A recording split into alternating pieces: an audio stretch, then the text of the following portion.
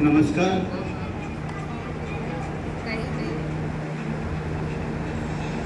मुझे लगता है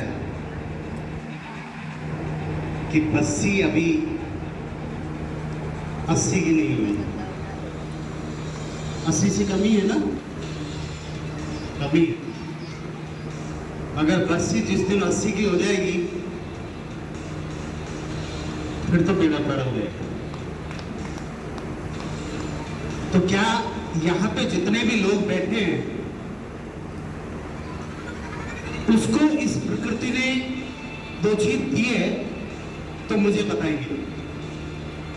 अगर आपको उस परम पिता परमेश्वर ने या जो भी आपका इष्ट है या जो प्रकृति है उसने आपको अगर दो चीज दी है तो आप मेरे को बताएंगे। एक तो अगर किसी को हाथ दिया है क्या? है सबके पास? अगर जिसके पास हाथ नहीं है ईमानदारी से वो ताली नहीं बजाएगा। अगर जिसके पास हाथ है तो जोरदार ताली बजाएगा। अरे इस प्रकृति ने ये हाथ दिया ही इसीलिए है। और हमारे साथ डॉक्टर साहब भी बैठे हैं। ताली बजाने से दिमाग, ये हृदय, ये कोमल होता है। बहुत सारी नसें ऐसी हैं जो इस हाथ में है और वो ताली बजाने से ऐसी एक्सरसाइज होती है कि जो हमारा शरीर है वो बहुत ही अच्छा तंदुरुस्त हो जाता है। तो बड़ा मौका है कि दो फायदे हो जाते हैं। एक तो अपने शरीर को फायदा हो जाता है, दूसरा फायदा हो जाता है कि जो यहाँ पे बोल रहा है उसको थोड़ा सा उत्साह मिल जाता है। तो दिए क्या? अगर हाथ है तो एक बार और जोरदार से, ताकि अगली बार अगर मैं यहाँ पे आऊं तो इधर का जो पोर्शन खाली दिख रहा है वो खाली नहीं होना चाहिए। क्या अगली बार खाली मिलेगा? क्या मिलेगा? अरे बोलिए, मिलेगा? नहीं। ठीक है। तो दूसरी एक चीज और थी, उसके बोलो। चलो ज्यादा नहीं करना चाहिए। तो आज लाइफ केयर परिवार संस्था की ओर से बस्सी में ये प्रोग्राम आयोजित हुआ। इसमें हमारे पधारे अतिथि सम्मानीय घनश्याम जी और साथ में प्रेमचंद जी, इनका संस्था की ओर से तहे दिल से स्वागत है, अभिनंदन है। इसी प्रोग्राम में पधारे हमारी संस्था के अध्यक्ष महोदय, संस्था के ब्रांड एम्बेसडर मीना जी और अलवर से पधारे हमारे अलवर जिला कोऑर्डिनेटर रवि शंकर जी शर्मा, दौसा जिले के बांदीकुई ब्लॉक से पधारे हुए खान साहब और हमारे संस्था के स्टार सचिन निकटपुरी और इसी ब्लॉक की कोऑर्डिनेटर श्रीमती पूनम जी, आप सभी का और साथ में जितने भी माता बहने और भाई लोग पधारे हैं उनका सभी का मैं संस्था की ओर से तहे दिल से शुक्रिया अदा करता हूं। धन्यवाद।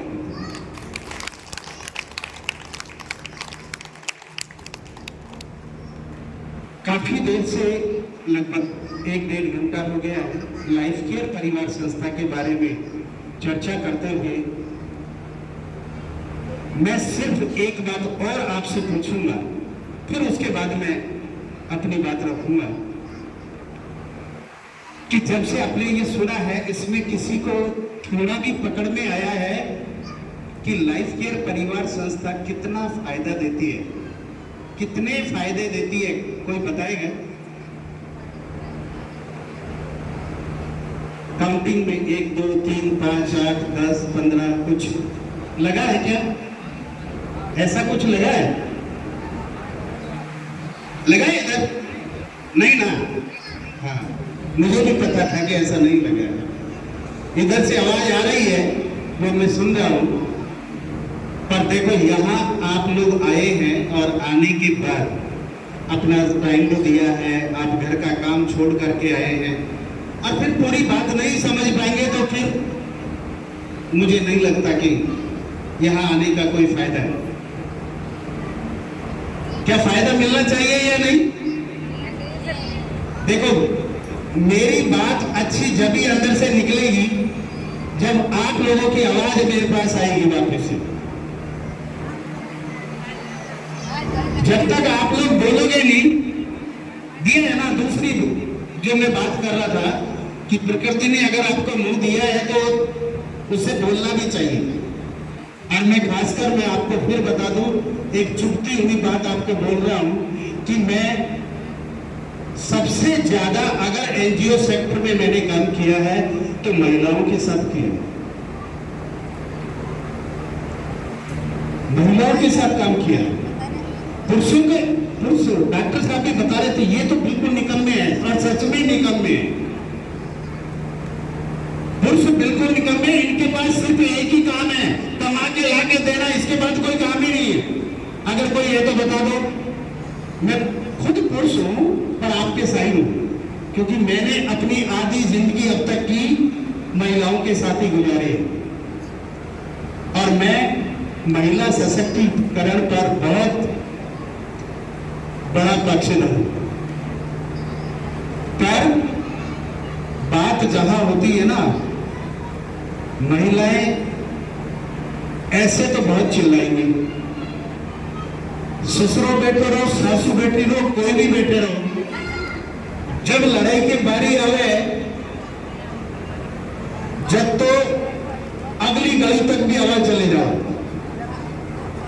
और जब चौकी जगह बोलने की बारी आवे तब तो पता नहीं ऐसा क्यों होता है। ऐसा होगा कि आगे बोलोगे? अभी भी नहीं बोलोगे। अगर अभी भी नहीं बोलोगे तो मैं और नीचे आ जाऊंगा।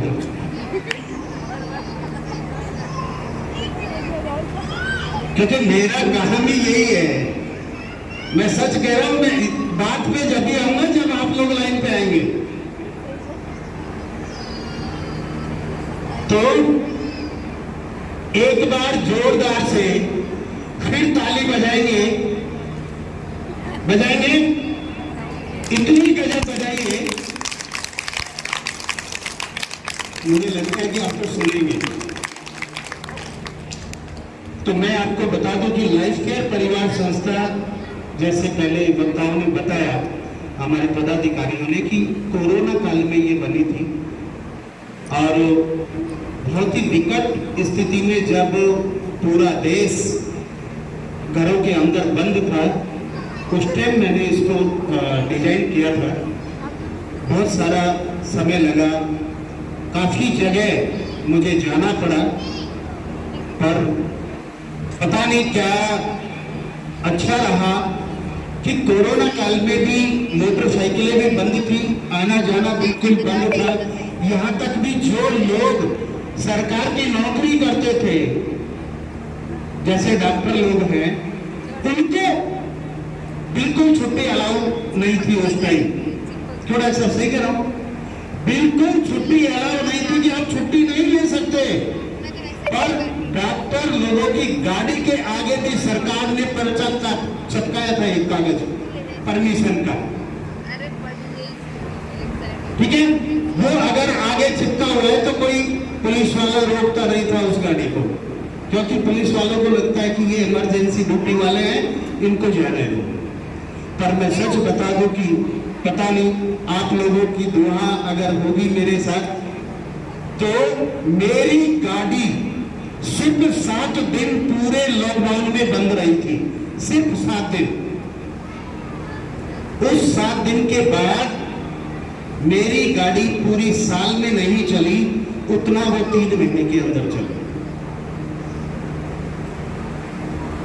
और सबसे बड़ी ताकत ये रही कि किसी भी पुलिस वाले ने उस गाड़ी के आगे हाथ नहीं दिया। अब ये पता नहीं कि क्या राज था। हाँ, झुंझुनू में एक बार जरूर था। सामने जो बैठा है ये मेरा बेटा है, इसको लेने के लिए मैं गया था।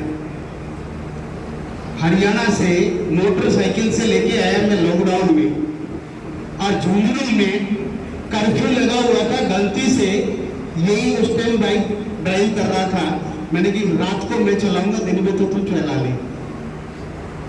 तो शाम के वक्त लगभग 7:30 के आसपास हम झुंझुनू में प्रवेश किए। वहां पे कर्फ्यू में जरूर गाड़ी का हाथ दिया, पर हम तो जानते हैं ना कि हमको करना क्या है। एनजीओ वाले बहुत खतरनाक आदमी होते हैं। सिर्फ एक ही वर्ड बोला था और एसपी साहब ने दिया, ओके। गाड़ी को रोकना ही नहीं पड़े, ब्रेक लगाने ही नहीं पड़े, बस गाड़ी के ऊपर से ही एक वर्ड बोला और गाड़ी ओके हो गई, रुकी नहीं कहीं, चले आए। सिर्फ उस जगह गाड़ी के लिए जरूर आगे हाथ दिया, नहीं पूरे लॉकडाउन में कभी नहीं दिया। और वो भी हो सकता है कि बेटा चला रहा हो इसलिए दिया हो, ये भी हो सकता है। तो पता नहीं ये क्या है।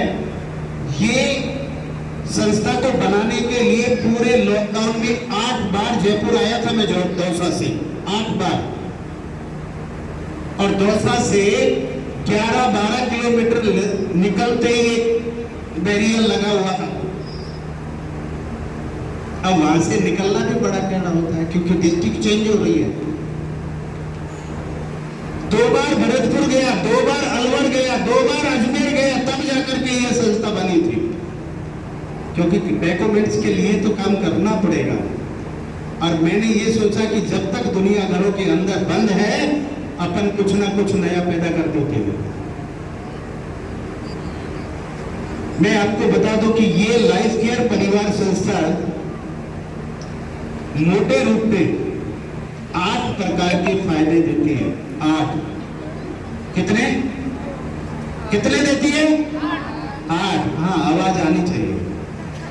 8 प्रकार के फायदे देती है, जिसमें से 2-3 फायदे तो आपको बताएं कि एक तो जो बेटी जन्म लेती है उस टाइम भी हमारी संस्था सहायता देती है। दूसरा फायदा देती है जब बेटी की शादी होती है तब।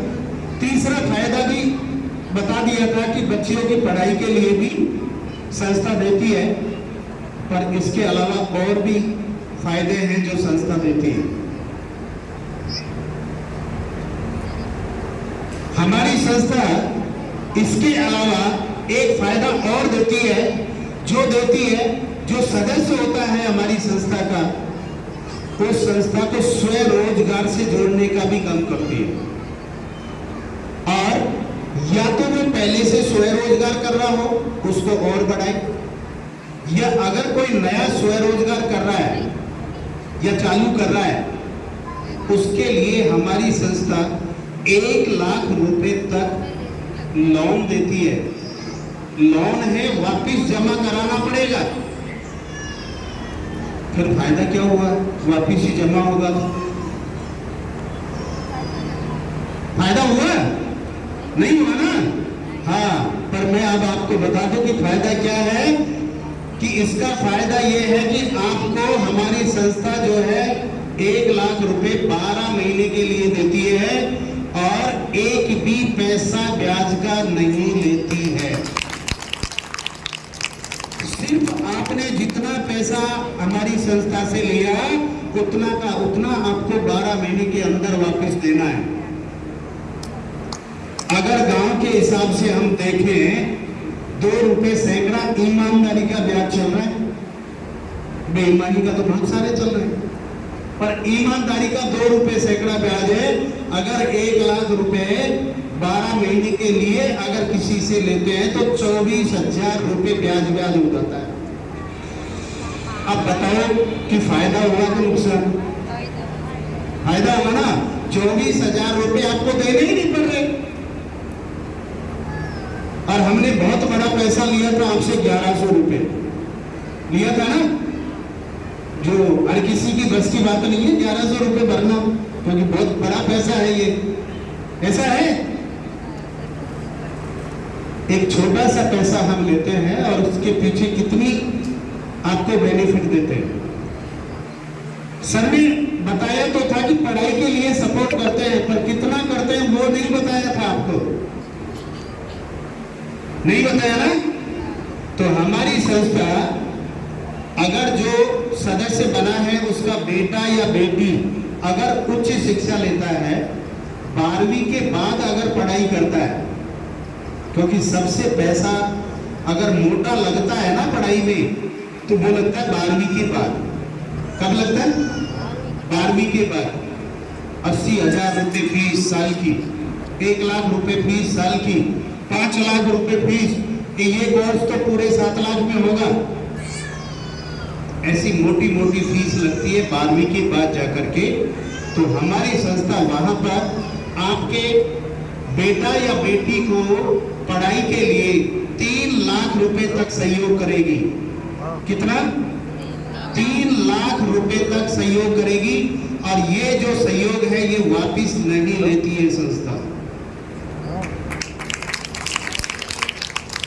क्योंकि मेरे शब्द भी आप सुनिए। मैंने कहा था उस टाइम 1 लाख रुपए लोन है, लोन का मतलब चुकाना पड़ेगा, और सहयोग का मतलब है मैंने आपको सहायता कर दी या संस्था ने आपको सहायता कर दी या जिसने भी सहायता कर दी, सहायता अगर आ जाती है तो वो वापिस नहीं होगा। तो 3 लाख रुपए तक संस्था आपको सहायता के रूप में देती है।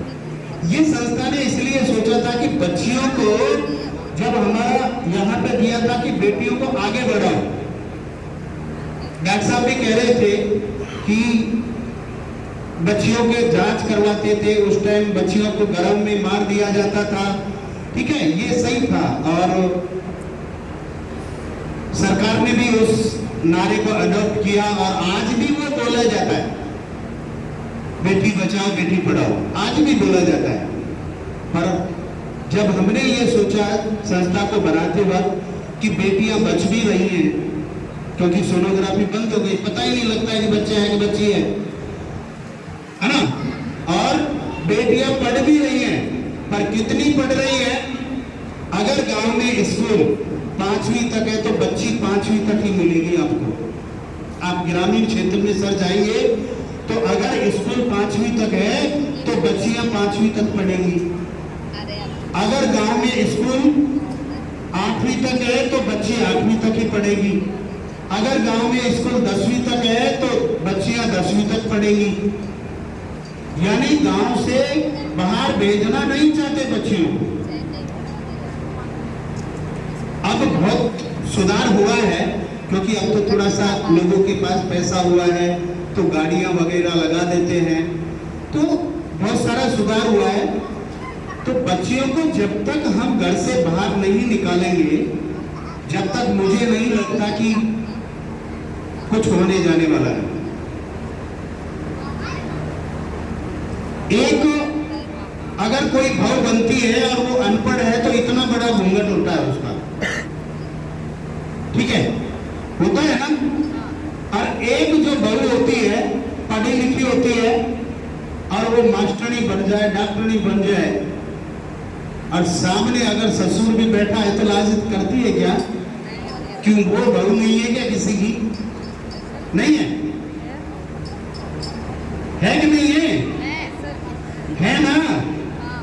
तो फिर ऐसा क्यों हो रहा है कि एक बहू तो लाज कर रही है और वही बहू जो है वो लाज नहीं कर रही है?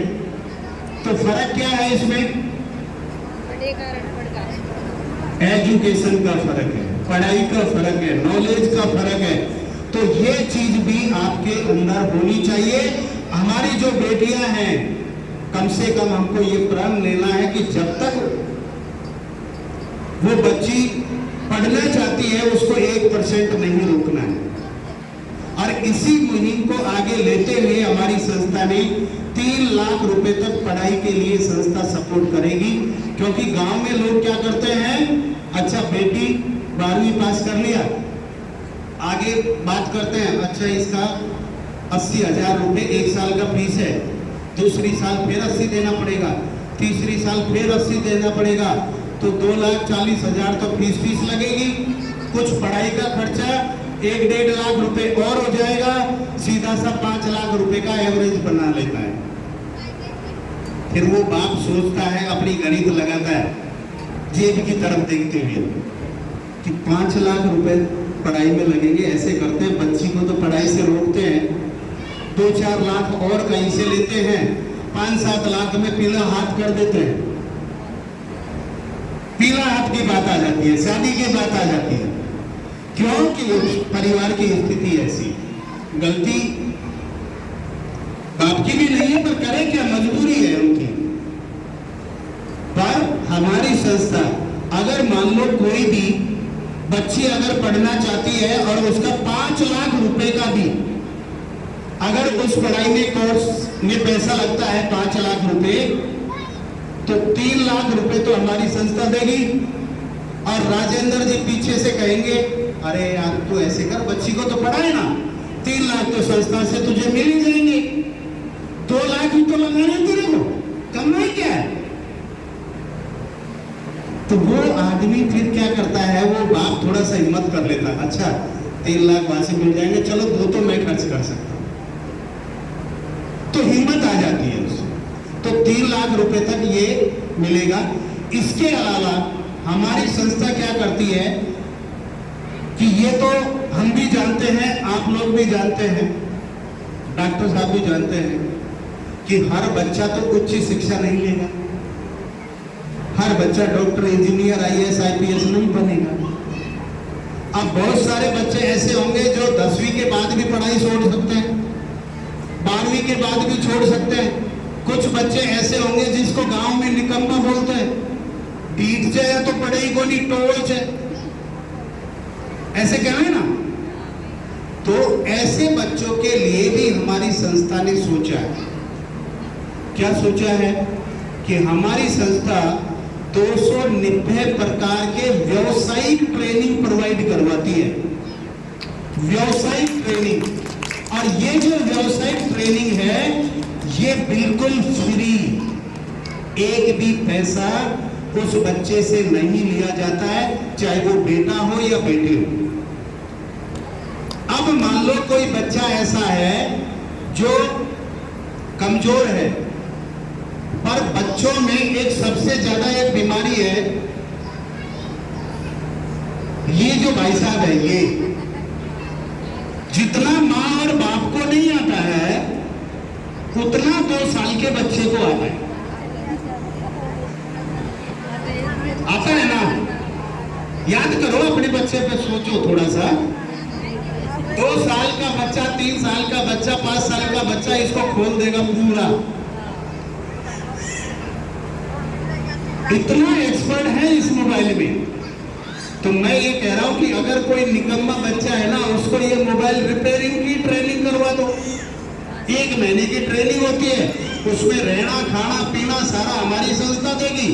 आपका बच्चा ट्रेनिंग लेके सर्टिफाइड हो जाएगा, उसके बाद में हमारी संस्था से 1 लाख रुपए लोन और ले लो, आराम से मार्केट में एक दुकान खोल दो। 12 महीने तक तो टेंशन है नहीं कि दिन दुगना रात चौगुना ब्याज बढ़ रहा है क्या? क्योंकि ब्याज ही नहीं देना पड़ रहा। और मैं ये कहता हूं कि अगर 12 महीने में किसी व्यक्ति ने अपना कारोबार नहीं जमाया तो वो जिंदगी में कुछ करेगा भी नहीं फिर। तो आराम से, कोई टेंशन नहीं होती है उसको, लोन भी यहां से मिल जाता है, ट्रेनिंग भी यहां से मिल जाती है।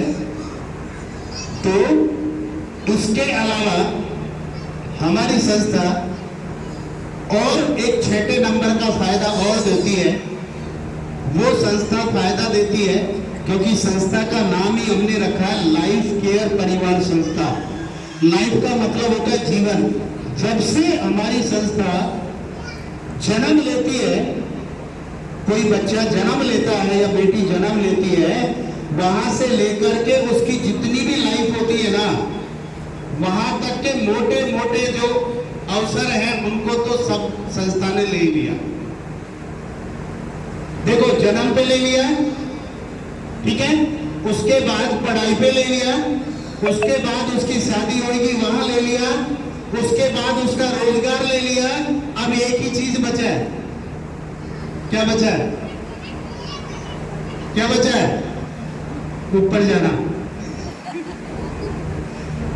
सारे कर लिए जिंदगी में और बचा ही नहीं। अब ऊपर जाना है, पर हमारी संस्था अब ऊपर जाने का भी पैसा देती है। जाओगी क्या? नहीं। जाना नहीं है। पर देखो मैं बता दूं, डॉक्टर साहब भी थोड़ी देर पहले बोल रहे थे, आपने अगर गौर किया हो तो, क्योंकि आजकल जितना भी हम खाते पीते हैं ना, चाहे वो खाने में ले लो, चाहे पीने में ले लो, पानी भी शुद्ध नहीं मिलता है, वो भी डॉक्टर साहब ने बताया।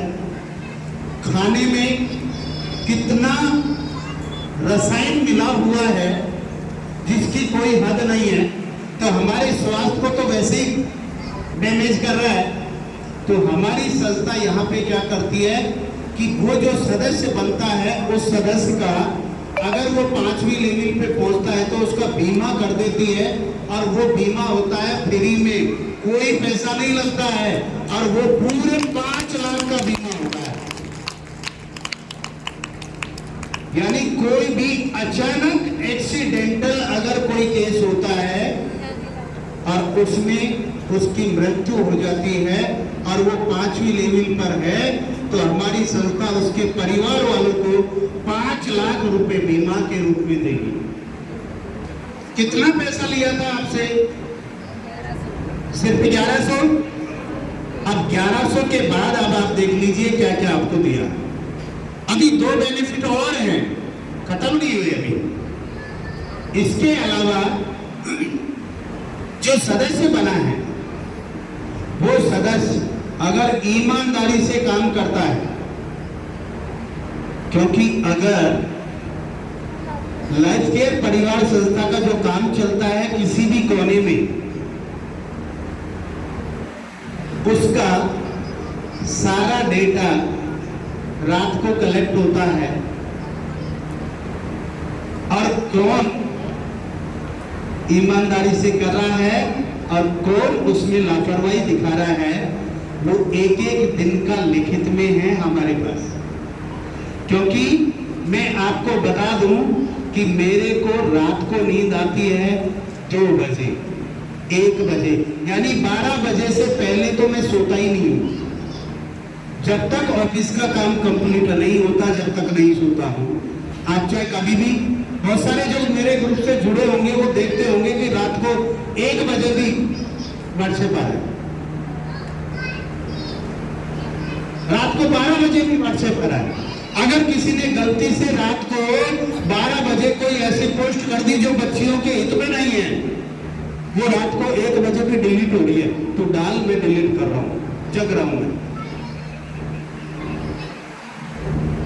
तो और पर सुबह अगर फुर्सत होती है तो थोड़ा 7 बजे तक सो लेता हूं, नहीं तो फिर टाइम से जाना ही है। अगर मान लो 5 बजे ट्रेन पकड़नी है तो 4 बजे तो उठना पड़ेगा।